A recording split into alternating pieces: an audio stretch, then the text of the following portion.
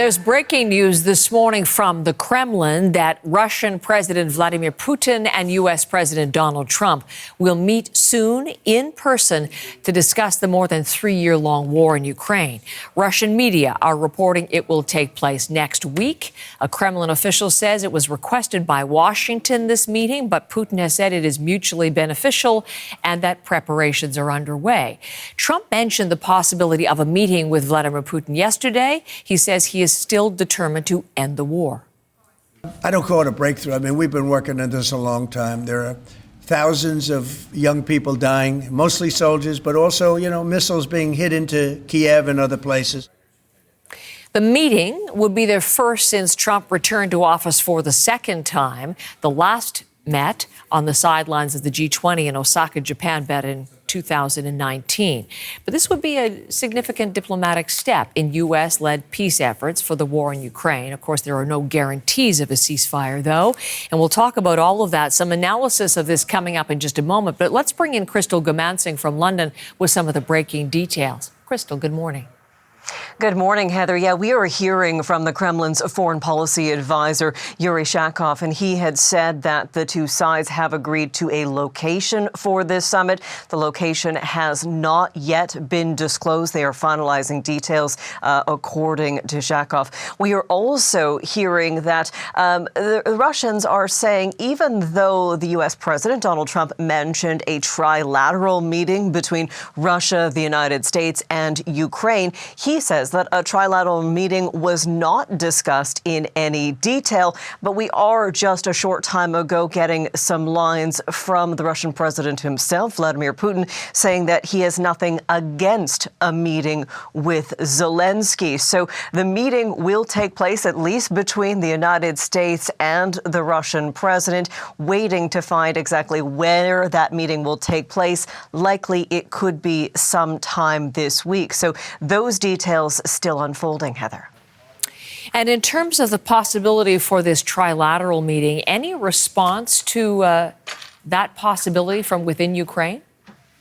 Well, I'll break down the response because we have Ukrainian response from average citizens. But let's start with Volodymyr Zelensky first off. He was in meetings today with his security officials. He also had calls that he posted about on social media saying he talked to French President Emmanuel Macron, but he also talked to the German Chancellor Friedrich Merz, saying that they all agree that the war has to end as soon as possible. But the German Chancellor and the Ukrainian President also talking about the end will have an impact on European security. So Europe has to be involved at the table. I want to read you a portion of what Zelensky posted on social media. A part of that post ended with the lines that yesterday various potential, I'll go with this part, Ukraine is not afraid of meetings and expects some brave approach from the Russian side. It is time we ended the war. Thank you to everyone who is helping. So we don't know yet if that trilateral meeting will take place. We know the Ukrainian president is saying Europe needs to be involved as well. As far as Ukrainian reaction goes, we are hearing from those in the capital. They are saying that even if this meeting goes forward, either the bilateral or the trilateral, they don't think it'll change much on the ground.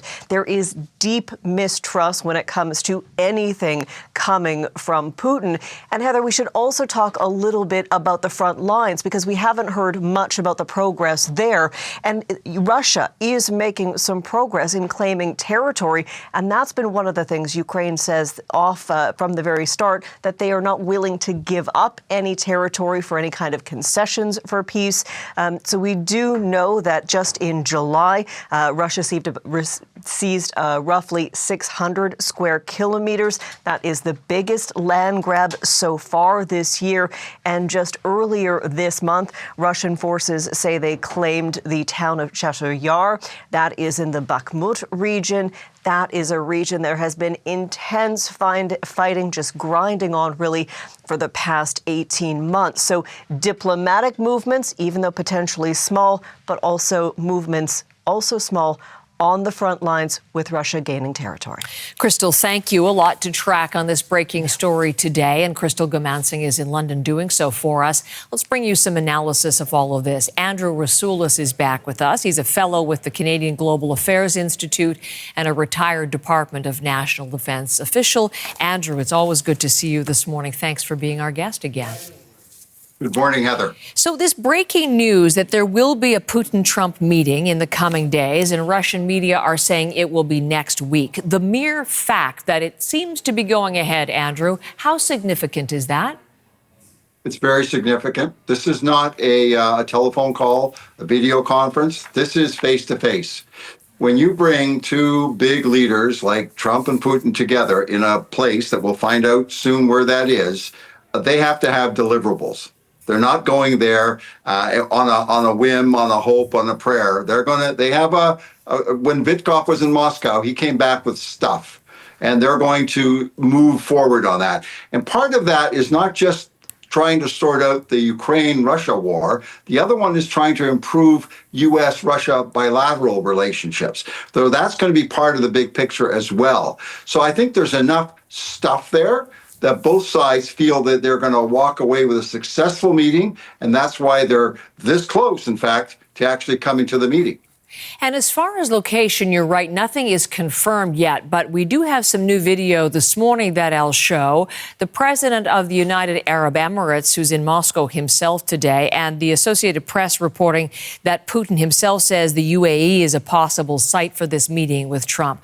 Neutral site, or would it be advantage Putin or advantage Trump if it is indeed in the United Arab Emirates?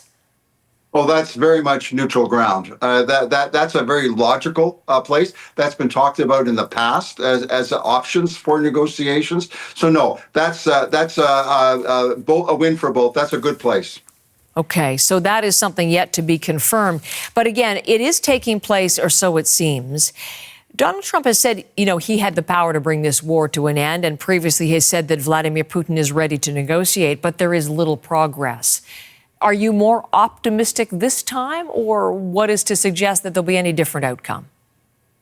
Well, the fact that they're going to meet suggests that Putin is prepared to make some kind of movement. Yeah. Now, the question is, it's not going to be exactly what the Ukrainians want, and there'll be a lot of wordsmithing coming out here. So like on the territorial side of the equation, the Russians are not going to walk back. The Ukrainians know they're not going to walk back. But there's going to have to be a saw-off on the words about de jure, like legally, and de facto in matter of fact. So I think that's how it'll probably come out, where the Ukrainians will have to accept the factual presence of Russian forces. They won't legally recognize it. But the real trick, and this is what I'm really waiting to see, is the wording on the NATO option for Ukraine. That's hard to wordsmith. It's either you're going to be it, you're not going to do it, maybe in 10 years. That's actually the harder issue to resolve. Okay, so Russian territorial claims, NATO and the wording around that, those are two impediments potentially to any deal. Do you see others being on the table or other challenges? Well, then there's the broader security issue. The Russians they don't want just a ceasefire. They want a broad security arrangement that actually positions Ukraine as a neutral buffer state for Russia. That is like closer to Russia's sphere of influence. Of course, Ukrainians absolutely hate that. But the Russians are going to be pushing to that. So that's also part of that equation. Let me ask about then, from building on what could be this Putin-Trump summit next week to a potential trilateral meeting and bringing in Ukrainian President Volodymyr Zelensky. We'll pull up some of the social media posting. He's been doing very active 24 hours, and the reports are that he was speaking last night with Donald Trump by phone, and some European leaders were also participating in that call. But as we look to the potential for a three-way meeting, what do you think in terms of whether that could take place, what that might lead to? Zelensky has called for a just ending to the war. What would that look like, Andrew? So much will depend on that meeting between Putin and Trump. Let's say it's next week. At that meeting, Trump will assess, because he's kind of the mediator here. He will assess whether there is potential for the deal. a deal that Zelensky and the Ukrainians could sign on to.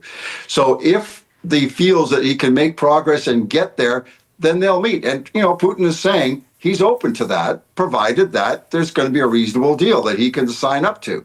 So the next week's meeting, the bilateral, is a key precursor to the trilateral meeting. And if it moves forward, then I think they're going to be doing those kind of wordsmithing and hard negotiations, more than wordsmithing, hard negotiations on those points I mentioned about the territorial settlement of eastern Ukraine, the Ukraine's sovereignty and its relationship to the West as opposed to its relationship to Russia. These are going to be the fundamentals. Okay. So that's what to watch for in the slightly longer term. In the immediate sense, though, we have this hard deadline ahead. Tomorrow is the deadline which the Trump administration, the White House, imposed for Moscow to show some progress toward ending this war, or Russia will face the prospect of new sanctions and even these secondary sanctions against countries that are still doing business with Russia. India already feeling those, but China potential there. As far as that part of the story, what impact could that have? What will you be watching on the sanctions end, Andrew? I'm watching the China factor. I mean, the India, as you say, we already know, and it could be a little more worse, but it's really the China factor because, and it's really those secondary sanctions, because bilateral trade between Russia and the United States is almost negligible. So there's no meaningful sanctions there. However, the secondary sanctions on China are extremely meaningful. They're meaningful not just for China-Russia relationships, but for China-U.S. relationships. Because imagine 100%. Now, Trump has walked that back, says I didn't say 100%, but some tariffs on China for their products coming into the U.S. at the same time when the U.S. is negotiating with China on a trade deal. So there's a lot of moving parts in that, and I would not speculate what will happen on Friday in that regard. Andrew, thank you so much, as always. I always appreciate your perspective. Andrew Rasulis on CBC Morning Live. You're very welcome, Heather.